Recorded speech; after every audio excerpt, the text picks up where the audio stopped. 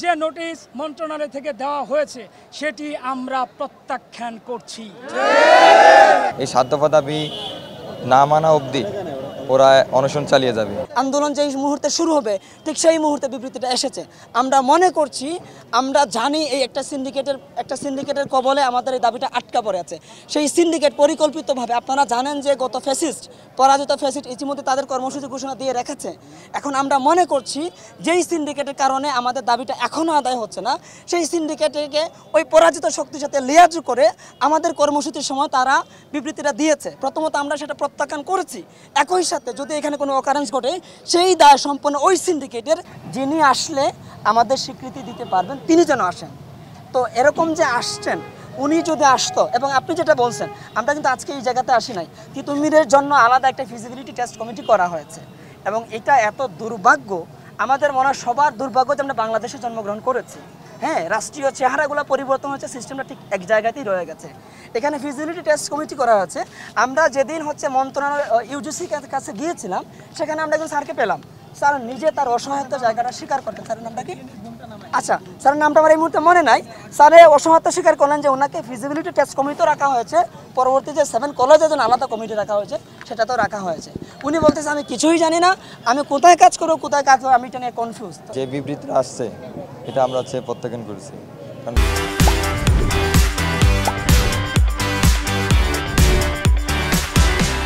এরকম বিবৃতি আমাদের বেশ কয়েকবার দেওয়া হয়েছে। আমাদের আশ্বাস দিয়ে বারবার আন্দোলন থামানোর চেষ্টা করা হয়, কিন্তু আমরা যেহেতু এখন সর্বশেষ স্টেপে আগাইছি যে আমাদের আর অপশন নাই, হয় মৃত্যু না হয় আমাদের দাবি আদায়। তো আমরা আমৃত্যু দাবি আদায়ের জন্য লড়ে যাব। এখানে আমাদের 6 জন শিক্ষার্থী আমরণ অনশনে আছে। তো ওদের 7 দফা দাবি, এই 7 দফা দাবি না মানা অবধি ওরা অনশন চালিয়ে যাবে। আর ওরা যতদিন অনশন চালিয়ে যাবে, তিতুমিরের শিক্ষার্থীরা ততদিন এই বারাসাত ব্যারিকেড নর্থ সিটি পালন করবে। আমরা একদম দ্বার প্রান্তে, বিজয়ের দ্বার প্রান্তে যখন এসে পৌঁছালাম, দুঃখের বিষয় রাষ্ট্র আমাদের সাথে প্রতিনিয়তই যে দ্বিচারিতা করে যাচ্ছেন তার শেষ এখন পর্যন্ত হয়নি। আপনারা জানেন গতকাল আমরা প্রেস ব্রিফিংয়ের মাধ্যমে সারা দেশকে জানিয়েছিলাম আজ বিকাল 4টা পর্যন্ত আমরা অপেক্ষা করব মন্ত্রণালয়ের থেকে আসা তথ্যের জন্য।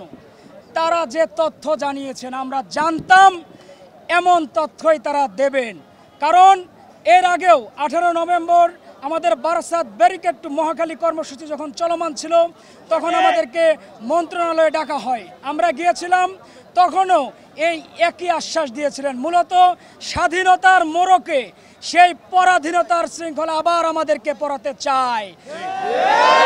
আমরা সেই পরাধীনতার শিকল পড়তে প্রস্তুত নই। বিশেষ করে বারবার আপনারা উল্লেখ করেছেন 7 কলেজের এখন যে অবস্থান, অভিভাবকহীনতায় ভুগছেন তারা। সে জায়গা থেকে নতুন অভিভাবক কে হবেন? আমরা কিন্তু আগেই বলে দিয়েছি, বাকি 6 কলেজ যারা রয়েছেন সেখানে যারা পড়াশোনা করছেন প্রত্যেক শিক্ষার্থী আমাদের ভাই বোন। রাষ্ট্র আমাদেরকে বারবার তাদের প্রতিদ্বন্দ্বী বানিয়ে দিচ্ছেন। আমরা ঘোষণা দিয়েছি যদি 6 কলেজ তারা সেন্ট্রাল ইউনিভার্সিটি চায় তাদেরকে রাষ্ট্রের পক্ষ থেকে সেন্ট্রাল ইউনিভার্সিটি দিয়ে দেওয়া হোক।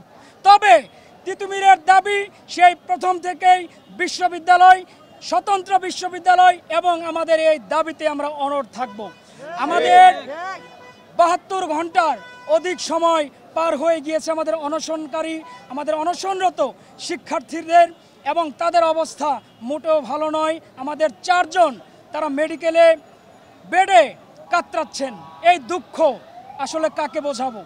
এই দুঃখ বোঝানোর মতো ভাষা আসলে তিতুমিরের শিক্ষার্থীদের নেই। যে নোটিশ মন্ত্রণালয় থেকে দেওয়া হয়েছে সেটি আমরা প্রত্যাখ্যান করছি। কোনোভাবে সাধারণ শিক্ষার্থী এমন অকার্যকর নোটিশ গ্রহণ করে নেবে না।